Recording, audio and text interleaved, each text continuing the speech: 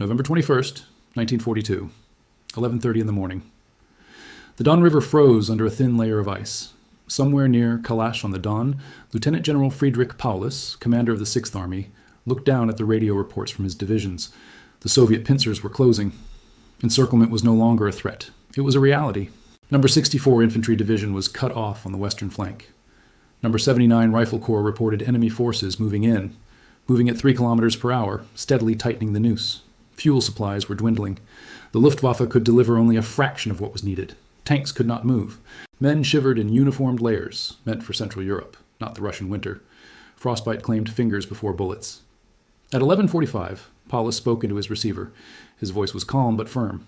Supply lines are severed. We are dependent entirely on airdrops. Ensure all positions are held. Avoid any unnecessary movement. His staff officers nodded, but behind the stoicism was disbelief. It was the moment they had long hoped would never come. The 6th Army had marched into Stalingrad believing in swift victory, in the promise of oil fields beyond the Don. Now, every soldier faced the grim reality of encirclement. Meanwhile, Major General Hermann von Richthofen of the Luftwaffe flew reconnaissance missions over the encircled perimeter. He reported that only 20% of his transport planes could deliver supplies without being shot down by Soviet anti-aircraft fire. Each drop was a gamble. Every crate of ammunition, every gallon of fuel was a lifeline. By noon, a message arrived from the German 6th Army headquarters in the city. Colonel Wilhelm Adam, operations officer, read aloud to the staff, Number 91 Infantry Regiment reports enemy forces within 1 kilometer. Artillery cannot reach them. Casualties are heavy. Morale is low. Request permission to withdraw to secondary defensive positions. Paulus frowned. Withdrawal was impossible. Every path was covered by Soviet units. Every attempt to break out would have been a massacre. He wrote back in precise handwriting. Positions must be held. Retreat is not authorized.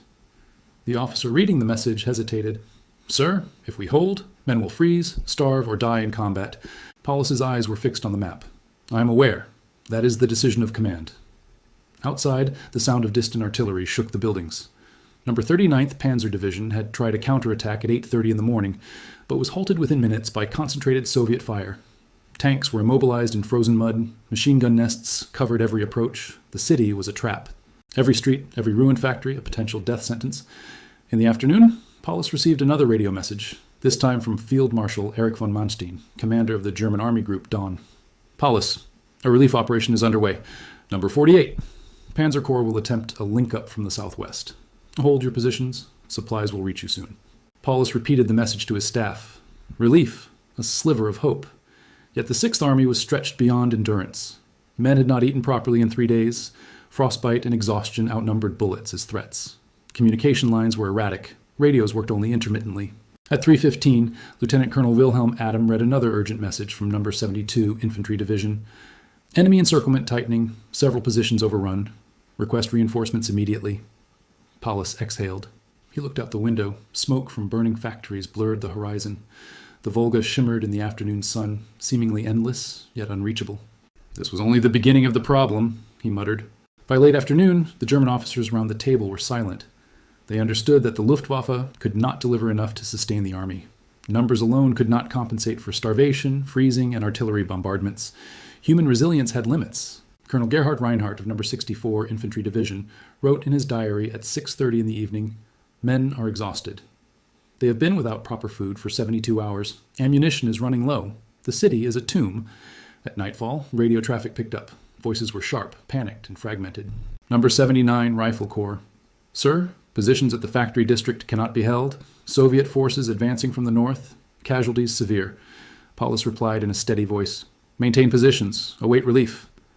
Major von Weber, his aide, whispered, Sir, the men are breaking. Paulus nodded, not looking at him. We do what is required. That is command. Meanwhile, on the eastern perimeter, Soviet forces completed the final link of the encirclement. Number 64. Army of the Red Army reported capturing key crossings over the Don. German units west of the river could no longer retreat. It was a circle. No entry, no exit, no compromise. The night deepened. Officers tried to ration the few supplies available. Soldiers huddled in ruined buildings, eyes wide, listening for the next shell. Somewhere, an artillery crew waited for orders that might never come. Paulus reviewed a map under a dim lamp. His eyes traced the lines of the encirclement. Every exit blocked. Every street mined. Every bridge destroyed. The 6th Army was trapped. He scribbled another note to Army Group Don. Relief will not reach us in time. We are encircled. I request guidance. Outside, the wind carried the distant cries of battle. Frost coated the rubble. Tanks and trucks stood abandoned, their engines silent. At 11:45 in the evening, a young lieutenant from No. 91 Infantry Regiment spoke into the radio. His voice trembled. "Sir, we have no ammunition. We have no heat. We cannot hold." Paulus replied without emotion. "Hold. That is an order." A pause followed. Then another voice, barely audible.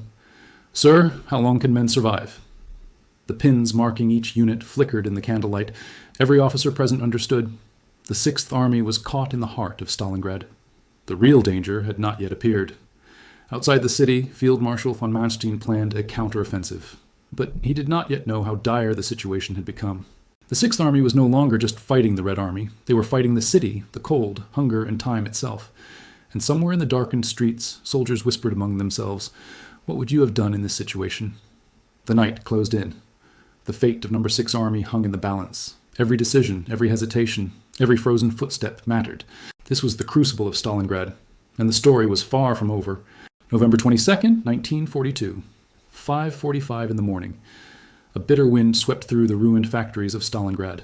Smoke mingled with frost, forming a thick gray haze. No. 6 Army was trapped. No relief had yet arrived. Radio messages crackled, fragmented and urgent, a chorus of disbelief and fear. Lieutenant Colonel Wilhelm Adam sat hunched over the receiver. Voices came from every direction, every division. No. 39th. Panzer Division cannot advance. Fuel exhausted. Tanks immobilized, enemy fire intense. No. 79. Infantry Regiment reports 30% casualties. Morale is breaking. Positions unsustainable. No. 64. Infantry Division requests permission to withdraw to secondary positions. Enemy closing in from the west. Paulus read each message carefully. His jaw tightened. Every line was a reminder of their isolation. He scribbled notes, circling positions on the map, recalculating distances. There were no safe routes. Every street, every ruined factory was a potential trap. At 7:15, Major von Weber approached him. "Sir, the men are cold. Starvation is setting in. Even the strongest units are faltering." Paulus nodded. "We hold. That is command. Relief is coming." But deep down he knew the truth. Supplies would never be enough. The Luftwaffe could not fly through Soviet anti-aircraft fire fast enough. Ammunition and food would run out long before help arrived. On the northern perimeter, No. 100 and 10th Artillery Regiment fired their last shells.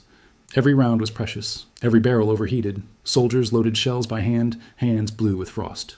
One gunner whispered to his comrade, "If we fire all these shells, there will be nothing left for tomorrow. And tomorrow may be the end." The sound of Soviet artillery grew closer. Infantry advanced through ruined streets, creeping past burned-out vehicles, past frozen corpses. No. 64. Army of the Red Army had completed the encirclement. Escape was impossible. By 10:20 in the morning, the first radio transmission of desperation broke through. Major General Hermann von Richthofen, flying over the city, reported, "No. 6. Army has less than 24 hours of rations left. Frostbite affecting entire units. Men cannot move without assistance. The city is a trap. Extraction impossible." Paulus leaned back in his chair. The room was silent except for the crackle of radios. Every officer understood what he did not say aloud. The 6th Army could survive only for so long. At 11:30, Field Marshal von Manstein radioed again. "Paulus, relief column will advance at first light. Hold positions. Supplies will be delivered by air. No. 6. Army must not surrender." Paulus repeated the message to his staff. Hope flickered, but it was fragile. Relief was hundreds of kilometers away. Soviet forces had fortified every approach. No. 48.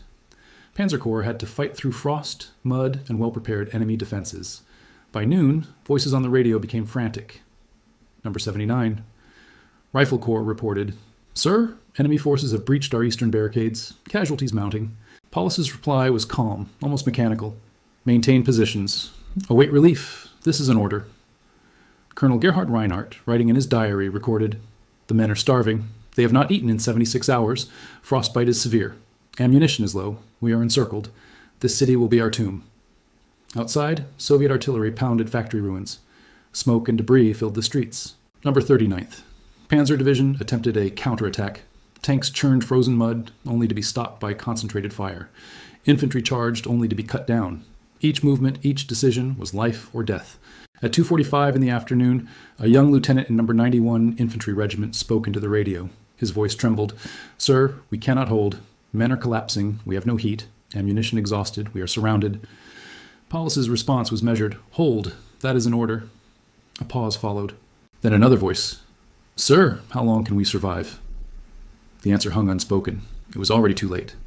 The encirclement was complete. Time, cold, and hunger were enemies as lethal as any Soviet soldier. By late afternoon, the Sixth Army had become a city of desperation. Officers tried to maintain order, but panic seeped into every division. Number 64, Infantry Division reported soldiers refusing orders. Number 79, Rifle Corps had men freezing on the streets, unable to move. Paulus held another meeting with his officers. The map glowed under dim lamps. Pins marking each unit seemed to flicker with every passing minute. Relief is coming, he said again. A subordinate whispered, Sir, relief will not arrive in time. We cannot last another week. Paulus did not answer. He traced the perimeter on the map. Every line was a reminder. Every line was a trap. The Sixth Army was surrounded by not just enemy forces, but by fate itself. As night fell on November 22nd, German voices became a chorus. Radios crackled with the voices of men trapped, freezing, starving, and fighting. Somewhere, a soldier wrote, If we die here, history will remember. But what would you have done in this situation? Outside, Soviet forces tightened the circle. Artillery fire never ceased. Tanks advanced through rubble. November 23rd approached. The Sixth Army faced the inevitability of surrender. Frostbitten, starving, and isolated, they were no longer a fighting force. Paulus continued to hold command, issuing orders even as the city itself became a graveyard. His decisions could not alter reality. The encirclement was complete. Relief was too late. In the ruins, the voices of officers recorded shock, denial, and despair. Their words, frozen in radio signals and diaries, became testimony to the limits of strategy in the harsh Russian winter. The Sixth Army would not break free. The Eastern Front had shifted. One city, one encirclement, had changed the course of the war. The Sixth Army was trapped. The world would remember November 1942 as the day Stalingrad became a turning point.